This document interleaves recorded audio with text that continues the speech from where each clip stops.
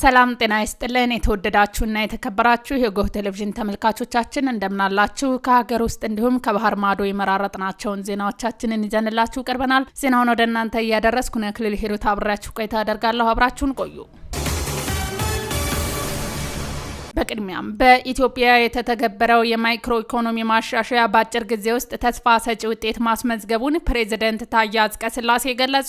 የኢትዮጵያ የፋይናንስ ፎረም በዛሬው ዕለት የተጀመረ ሲሆን በመድረኩ ላይ የተገኙት ፕሬዝዳንት ታዬ አጽቀሥላሴ የማይክሮ ኢኮኖሚ ማሻሻያ ወደ መሬት በወረደ በአጭር ጊዜ ውስጥ አመርቂ ውጤት ማስመዝገቡን ተናግረዋል። ከአንድ ክፍለ ዘመን በላይ እድሜ ያለው የሀገሪቱ የፋይናንስ ዘርፍ የሚፈልገውን ያህል እድገት ሳያስመዘግብ መቆየቱን አንስተው በዘርፉ የተጋረጡ መሰናክሎችን ለማለፍ አካታች ዘመኑን የዋጀ ስርዓት ለመፍጠር የማይክሮ ኢኮኖሚ ማሻሻያ ተግባራዊ መደረጉን አመላክተዋል። በቀጣይም የሀገራችንን የፋይናንስ ዘርፍ ወደ ዲጂታል ለማሸጋገር ሊሰራ ይገባልም ብለዋል። የፋይናንስ ፎረሙ የፋይናንስ ዘርፍን አንገብጋቢ ችግሮችን ለመቅረፍ የግሉን ዘርፍ ጥያቄ ወደ መድረክ ለማምጣትና ለችግሮች ላይ የመፍትሄ ሀሳቦችን ለማዋጣት ጠቀሜታው የጎላ ነው ሲሉ ገልጸዋል። በፎረሙ ላይ የብሔራዊ ባንክ ገዢ ማሞ ምህረቱን ጨምሮ የመንግስት ከፍተኛ የስራ ኃላፊዎች፣ የባንኮች ፕሬዝዳንቶችና ከሀገር ውስጥ እና ከውጪ የተጋበዙ እንግዶች ተሳትፈዋል።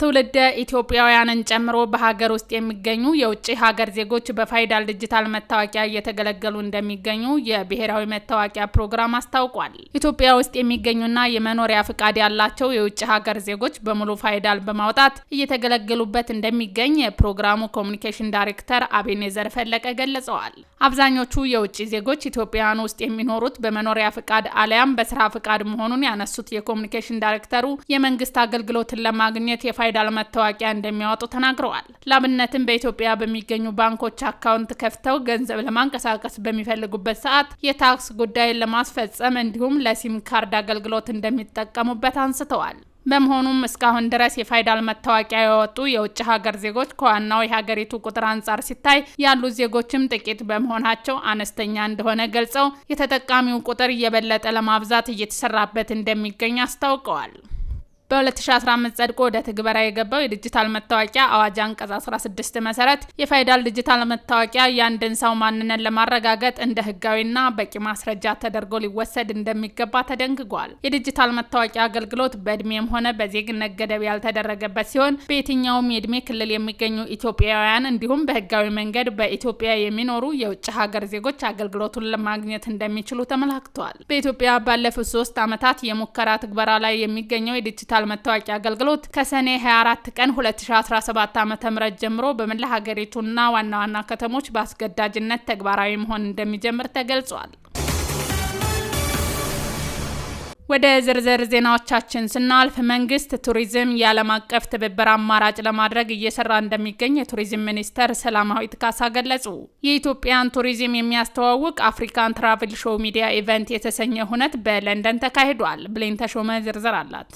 የኢትዮጵያን ቱሪዝም የሚያስተዋውቅ አፍሪካ ትራቨል ሾው ሚዲያ ኢቨንት የተሰኘ ሁነት በለንደን ተካሂዷል። በሁነቱ ላይ ተቀማጭነታቸው በዩናይትድ ኪንግደም ያደረጉ ከ40 በላይ ጋዜጠኞች፣ የጉዞ ጸሐፊዎችና የሚዲያ ባለሙያዎች ተሳትፈዋል። በለንደን የኢትዮጵያ ኤምባሲ፣ የቱሪዝም ሚኒስቴርና የአፍሪካ ትራቨል ኮኔክት የተሰኘ ዓለም አቀፍ ማህበር ፕሮግራሙን በጋራ አዘጋጅተውታል። በዝግጅቱ የኢትዮጵያ ብዝሃ የቱሪዝም ሀብቶች ተዋውቀዋል። የቱሪዝም ሚኒስተር ሰላማዊት ካሳ በበየነ መረብ ባስተላለፉት መልእክት የኢትዮጵያ የቅርስ ስፍራዎች፣ መልክዓ ምድሮችና የባህል ልማዶች ከዜጎች የዕለት ተዕለት ህይወት ጋር ቀጥታ ግንኙነት ያላቸውና ዘላቂ የቱሪዝም ልማት ቁልፍ ምሰሶ መሆናቸውን ገልጸዋል። የኢትዮጵያ መንግስት የቱሪዝም ዘርፉ የኢኮኖሚ እድገት የለውጥ ሞተርና የዓለም አቀፍ ትብብር አማራጭ እንዲሆን ጥረቶች እየተደረጉ እንደሚገኙም አመላክተዋል። በዝግጅቱ ላይ ከኬንያ፣ ጋና፣ ሩዋንዳና ደቡብ አፍሪካ ተወካዮች የተሳተፉ ሲሆን በቀጠናዊ የትብብር መንፈስ የአፍሪካ የቱሪዝም ሀብት በዓለም መድረክ ለማስተዋወቅ በጋራ እንደሚሰሩ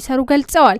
የሁነቱ ተሳታፊዎች የኢትዮጵያ የቱሪዝም አቅም እንደሳባቸውና ዘርፉን ለማስተዋወቅ እንደሚፈልጉ ተናግረው ፕሮግራሙ ኢትዮጵያ በዓለም ጉዞ ኢንዱስትሪ ውስጥ ተጽዕኖ ፈጣሪ ከሆኑ ባለድርሻ አካላት ጋር ጠንካራ ትስስር ለመፍጠር የሚያስችል እንደሆነም ተገልጿል።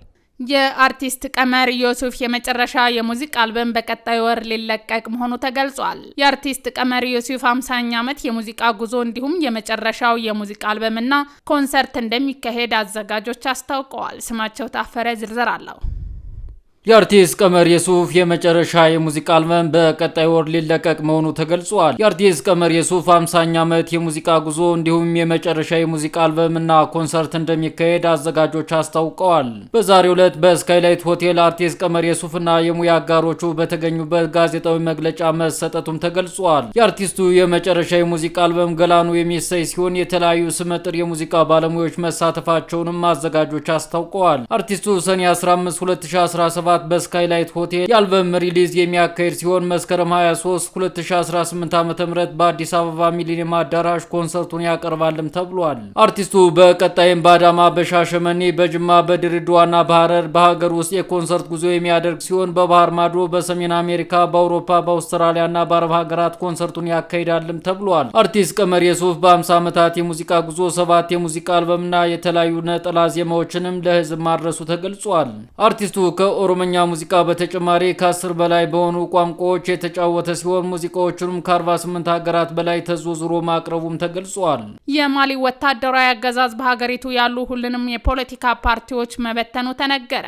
የማሊ መፈንቅለ መንግስት ስልጣን የተቆጣጠረው ወታደራዊ አገዛዝ በሀገሪቱ የሚገኙ የፖለቲካ ድርጅቶችና የፖለቲካ ፓርቲዎች አባላትንም በሙሉ ማፍረሱ ተገልጿል። ወታደራዊ አገዛዙ ምርጫ ለማካሄድ ቃል ቢገባም ለተጨማሪ 5 ዓመታት በስልጣን ላይ እንደሚቆይ አስታውቋል። እርምጃው ሀገሪቱ ወደ ዲሞክራሲያዊ ስርዓት እንድትመለስ ሲጠይቁ በነበሩ የፖለቲካ ፓርቲዎች ዘንድ ተቃውሞ እንደሚቀሰቀስ ተጠቁሟል። በተጨማሪም ውሳኔው ከተቃዋሚዎችና ከሰብአዊ መብት ተሟጋቾች ድርጅቶች ውግዘት እንደደረሰበት የቢቢሲ ዘገባ አመላክቷል። የፖለቲካ ፓርቲዎች እንዲፈርሱ የሚደነግገው የፕሬዝዳንቱ ውሳኔ የሀገሪቱ ዜጎችን ችላ እንዳይሉት የሰብአዊ መብት ተሟጋች ድርጅቶች ጠይቀዋልም ተብሏል። ፕሬዚደንት ፑቲን በዛሬው ዕለት በሚጀምረው የሩሲያ ዩክሬን የሰላም ንግግር ላይ እንደማይሳተፉ ተገልጿል። በቱርክ ኢስታንቡል ከተማ የሩሲያ ዩክሬን ጦርነትን አስመልክቶ በሚጀምረው የሰላም ንግግር ላይ የሩሲያው ፕሬዝዳንት ቭላዲሚር ፑቲን እንደማይገኙ ተገልጿል። ቁም ነገር ሽፈራው ዝርዝር አላት። ፕሬዚዳንት ፑቲን ባለፈው እሁድ በሩሲያና በዩክሬን መካከል ያለምንም ቅድመ ሁኔታ ቀጥተኛ ንግግር እንዲካሄድ ጥሪ ያቀረቡ ሲሆን የአሜሪካው ፕሬዚዳንት ትራምፕ ዩክሬን የንግግር ጥሪውን እንድትቀበል መጠየቃቸውን ተከትሎ ዜሌንስኪ ራሳቸው በንግግሩ ላይ በቀጥታ እንደሚሳተፉ ገልጸው ነበር። ፕሬዚዳንት ዜሌንስኪ በሰጡት ምላሽ ፑቲን የሚሳተፍ ከሆነ ራሳቸው በቀጥታ እንደሚገኙና ከፑቲን ጋር ለሚደረግ የፊት ለፊት ንግግር ዝግጁ መሆናቸውን አስታውቀዋል። ነገር ግን ከፕሬዚዳንት ፑቲን ጽሕፈት ቤት ባወጣውና የሰላም ድርድሩ ላይ የሚሳተፉ ስሞች በተዘረዘሩበት መግለጫ ላይ ፕሬዚዳንት ፑቲን ስም ያልተካተተበት ሲሆን የሩሲያ ልዑክ የሚመራው በፑቲን ረዳት ቭላድሚር ሜዲንስኪ መሆኑን ተመላክቷል። ፕሬዚዳንት ፑቲን ኢስታንቡል የሚገኙ ከሆነ የአሜሪካው ፕሬዚዳንት ሊገኙ እንደሚችሉ ፍንጭ ተሰጥቶ የነበረ ቢሆንም አሁን ግን ትራምፕ በንግግሩ ላይ እንደማይሳተፉ ተገልጿል። ኳታር የሚገኙ ትራምፕ በንግግሩ ላይ ፕሬዚዳንት ፑቲን ስለመገኘታቸው የሚያውቁት ነገር እንደሌለ ለጋዜጠኞች መግለጫቸውን ቢቢሲ ዘግቧል። ነገር ግን አሜሪካ በከፍተኛ ባለስልጣን የሚመራ ልዑክ በንግግሩ ላይ እንዲሳተፍ እንደምትልክ ይጠበቃል። ይህን ተከትሎ የቱርክ ፕሬዚዳንት ጽሕፈት ቤት ባወጣው መግለጫ የቱርክ ፕሬዚዳንት ረጅብ ጣይብ ኤርዶቫን እና የሩሲያው ፕሬዚዳንት ቭላድሚር ፑቲን እሁድ ዕለት የስልክ ውይይት ማድረጋቸውን አስታውቀዋል። በውይይታቸውም ቀጣይ የሩሲያና የዩክሬን ድርድር ሂደት በቱርክ ኢስታንቡል እንደሚካሄድ ስምምነት ላይ መድረሳቸውን ተመላክቷል። በዚህም ዛሬ በሚጀምረው የሰላም ንግግር ላይ ፕሬዚዳንት ፑቲን እንደማይገኙ የተገለጸ ሲሆን ነገር ግን የዩክሬኑ ፕሬዚዳንት በቱርክ ዋና ከተማ አንካራ ውስጥ ከሀገሪቱ ፕሬዚዳንት ሬሲፕ ታይብ ኤርዶዋን ጋር በዛሬው ዕለት ይገናኛሉ ተብሏል። የሩሲያው ፕሬዚዳንት ቭላድሚር ፑቲን እና የዩክሬኑ ፕሬዚዳንት ቮሎዲሚር ዜሌንስኪ ከታህሳስ 2019 ወዲህ በአካል ተገናኝተው አያውቁም። ሩሲያና ዩክሬን የመጨረሻውን ቀጥተኛ ድርድር ያደረጉት ሞስኮ መጠነ ሰፊ ጥቃትን በዩክሬን ላይ ከከፈተች በአጭር ጊዜ በኋላ በቱርክ ኢስታንቡል ተመሳሳይ ቦታ ላይ ነበር። ውድ ተመልካቾቻችን ለዛሬ ያዘጋጀንላችሁ ዜናዎቻችን እነዚህን ይመስሉ ነበር። አብራችሁን ስለነበራችሁ ከልብ እናመሰግናለን። በያላችሁበት ሰላም